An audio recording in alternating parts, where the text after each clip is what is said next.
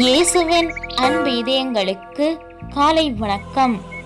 இந்த நாள் உங்களுக்கு ஆசீர்வாதமாக அமைய வாழ்த்துக்கள்.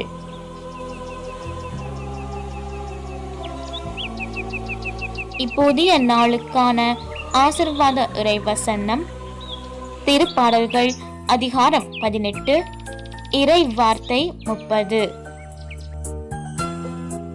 இந்த இறைவனின் வழி நிறைவானது, ஆண்டவரின் வாக்கு நம்பத்தக்கது. அவரிடம் அடைக்கலம் புகும் அனைவருக்கும் அவரே கேடயமாய் இருக்கின்றார்.